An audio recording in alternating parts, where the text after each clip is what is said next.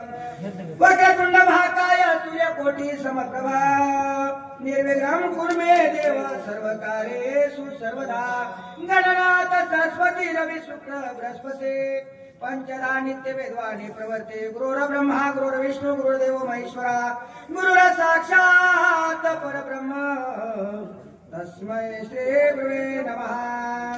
हरे नमन करो न शीघ्र गती सर्व प्रकारे असे शक्ती जेने मरणे पावे वारते येते युक्ती सारावे। सद्गुरुनाथ महाराज की जय।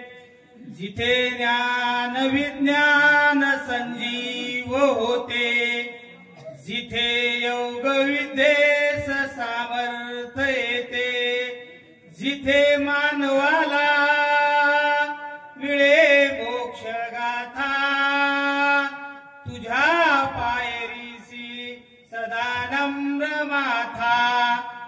नवे फूल अश्वत्थ वृक्षाशी आले जिथे गीत वै संवेद झाले तुझ्या शब्द शब्दात सायुज्यनाथा तुझ्या पायरीसी सदा नम्र माता। तुझ्या मंदिरी आर्त जीवास तृप्ती तुझ्या दर्शनी लोक स्वानंद घेती। श्रुती धन्य झाल्या तुझे गीत गाता तुझ्या पायरीसी सदा नम्र माथा। सद्गुरुनाथ महाराज की जय। असो शक्तीतल्या तिसऱ्या अध्यायाला सुरुवात झाली। आता राजा रावण काळनेमीला बोलू लागला तू काही कर पण हनुमंताला त्या ठिकाणी जीवमान किंवा गुंतून ठेव। मग त्याच्याकरता तू काय काय कर अनेक प्रकारचं तिथं काही पण कर। मग हनुमंताला काय आवडत रामकथा आवडती नाही तर एखादा महाराजाचा सोंग घे तू त्या ठिकाणी तरच हनुमंत त्या ठिकाणी गुंतत असं कर काहीतरी। आता आता राजा रावण महाराज त्या ठिकाणी काय नेमीला बोलायला लागला म्हणता तुझा सांगो कपट गती तवा तू केवळ कपटाची तेथे माझी काय युक्ती सर्वता मारोते मारावा। पहा मग या ठिकाणी राजा रावण बोलायला लागला काळनेमीला काळनेमी मी तुला कपट करावं कसं कपट करावं हे सांगणं माझं सुद्धा चुकीचंच आहे। कारण तू कपटाचीच मूर्ती आहेस तू एका कपटाचाच पुतळा आहेस। मग मी तुला सांगणं ते एक माझं अभाग्यच आहे। कारण काळा मनातून असणारा कपटी तू काळनेमी आहेस। मी सांगावं असं काहीच नाही। काळनेमीला राजा रावण बोलू लागला म्हणता हनुमंता सोमित्रा मरेल त्वरिता मरण पावेल रघुनाथा दुःखा मृत्यू त्याचे ने। पहा मग त्या ठिकाणी बोलायला लागला राजा रावण काळनेमीला तू जर एका हनुमंताला मारलं त्या ठिकाणी तर आपोआप या ठिकाणी लक्ष्मण प्रभू परतील आणि लक्ष्मण प्रभू जर मेले तर तिकडे रामचंद्र प्रभू सुद्धा जिवंत राहणार नाही। रामचंद्र प्रभू सुद्धा त्या ठिकाणी मरण पावतील। मग एकच कार्य कर तू या ठिकाणी फक्त एका हनुमंताला मारल्यानं आपलं सगळं कार्य या ठिकाणी साधर असा राजा रावण काळनेमीला बोलू लागला म्हणता पावल्या श्री रघुनंदनाया कैसे निवाचला विभीषणा सुग्रीवही सांडिला प्राण अर्धक्षणना लागला। पहा या ठिकाणी राजा रावण सांगायला लागला काळनेमीला या ठिकाणी जर हनुमंत मेला तर रामचंद्र प्रभू मरतील लक्ष्मण प्रभू मेला तर रामचंद्र प्रभू मरतील आणि रामचंद्र प्रभू जर मरला तर या ठिकाणी विभीषण सुद्धा जिवंत राहणार नाही। आणि विभीषण जर वाचला मेला त्या ठिकाणी तर सुग्रीव सुद्धा त्या ठिकाणी मरण पावल। असं एवढं कार्य एका हनुमंताला त्या ठिकाणी मारल्यानं होईल असा राजा रावण काळ नेमीला बोलू लागला म्हणता. नीळ जांबुवंता जुटपती मळतील देवा समजताया एवढा साधेल तो कार्यार्थ जरी हनुमंत मारिला. या ठिकाणी राजा रावण बोलायला लागला, एका हनुमंताला जर तू या ठिकाणी मारलं तर आपल्याला युद्ध सुद्धा करायची गरज नाही. आपोआप सगळं सैन्य, सगळं रावण सैन्य सगळं या ठिकाणी आपोआप मरण पावल. फक्त काय नेहमी तू एवढंच कार्य कर, या ठिकाणी हनुमंताला या ठिकाणी गुंतून ठेव, किंवा गुंतून जर ठेवलं तर सूर्योदय होईल. सूर्योदय जर झाला तर त्या ठिकाणी लक्ष्मण प्रभू मरण.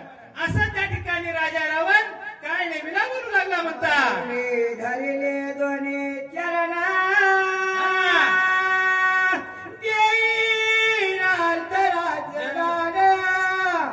चिंता सागरी बुडता पूर्ण दारू आपण सोय राहावे. पहा मग राजा रावण, पहा महाराज, एवढ्या लंकेचा राजा असणारा पाय धरायची वेळ आली. मग काम वाईट केलं त्याला, प्रत्येकाला पाय धरायची वेळ येते महाराज. मग राजा रावणानं वाईट काम केलं, साध्या काळनेमीचे पाय धरायची वेळ आली महाराज. त्याकरता जीवनामध्ये सज्जनाची संगत करा, दुर्जनाची संगत करू नये. राजा रावणाचा वर्म चुकला महाराज. मग काळनेमीचे पाय धरले, मला कसं या संकटातून वाचव, मी अर्ध राज्य तुला या ठिकाणी देईल, माझं वचन तुला. असा राजा रावण काळनेमीला बोलू लागला महाराज. जसा एखादा जहाज समुद्रात बुडावा तसं या ठिकाणी मी झालो, मला तारणारा काळनेमी तूच आहेस, असा राजा रावण काळनेमीला विनंती करू लागला म्हणता. भाके बहुता पडे चरणावरी हो मागुता, मज होत असे प्राणात अवस्था, जीवदाता तोये. महाराज पुन्हा पुन्हा पायावर पडायला लागला, काळनेमीच्या विनंती करायला लागला, माझा जीवनदाता तू होय काळनेमी, काही पण कर, मला या दुःखातून, या संकटातून तूच वाचवणार आहेस. भीक मागल्यासारखा काळनेमीच्या पाया पडायला लागला आणि पुन्हा पुन्हा विनंती करायला लागला म्हणता. आईच्या ऐकताचे उत्तर दचकला राक्षस वीर, हृदय खोलचिला दुर्धर, कपट प्रकार भला नव्हे. महाराज त्या ठिकाणी मग दचकला मनामध्ये काळनेमी, याच राजा रावणानं कपट केलं तर आजालाही परत फेर भोगायची आली. मग मी जर या ठिकाणी हनुमंतासोबत जर कपट केलं तर हे बरं नव्हे कपट करणं. अहो कपटानं आतापर्यंत किती जणांची माती झालेली आहे, मग मी या ठिकाणी काय राहणार देवासोबत जर कपट केलं तर, असा काळनेमी महाराज मनात विचार करायला लागला म्हणता. कपट करिता हो हिरण्य कश्यप, खंड विखंड केली वप, तेने आमचा कोण प्रतापो महारुद्र रूप जिंकावया. पहा महाराज, याच हिरण्यकशिपानं भक्त प्रल्हादाला नाव घेऊ देत नाही देवाचं, नारायणाचं नाव घेऊ देत नाही, कपट केलं, नरसिंह अवतार घेतला महाराज आणि त्या हिरण्यकशिपाला आपल्या मांडीवर घेऊन टरा फाडलं. असं देवासोबत कपट केलं, हिरण्यकशिप त्या ठिकाणी मारला गेला. मग त्या ठिकाणी हे रुद्ररूप जिंकायला माझी काय ताकद आहे, असा त्या ठिकाणी काळनेमी विचार करू लागला म्हणता. कपट साधिले ते अमरेंद्र, बगी व्यापिले शरीर, कपट साधिती हो चंद्र, शैलयोग थोर व्यापिला. महाराज या ठिकाणी इंद्रा पडिले भगा, चंद्र झाला काळा. या ठिकाणी गुरुपत्नी भोगली महाराज इंद्रानं. चंद्र भगवान